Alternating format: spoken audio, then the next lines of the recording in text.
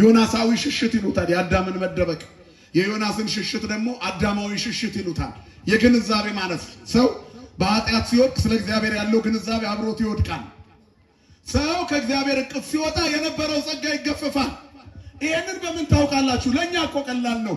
እዚህ መድረክ ላይ የነበሩ ድምፀ ነጎድጓድ መምህራን ሰባኪያን የዛ ቤት ሲሄዱ አልቀጠለም ድምጻቸው።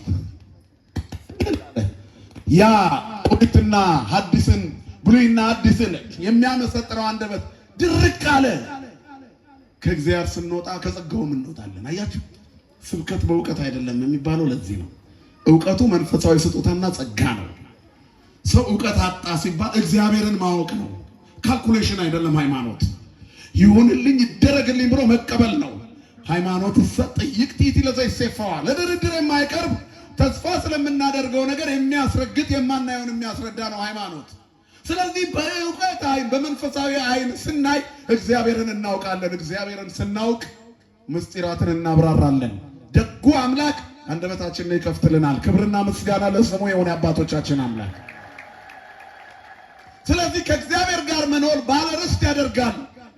እግዚአብሔርን ማጣት ያራቁታል። ተራቆተ አዳም።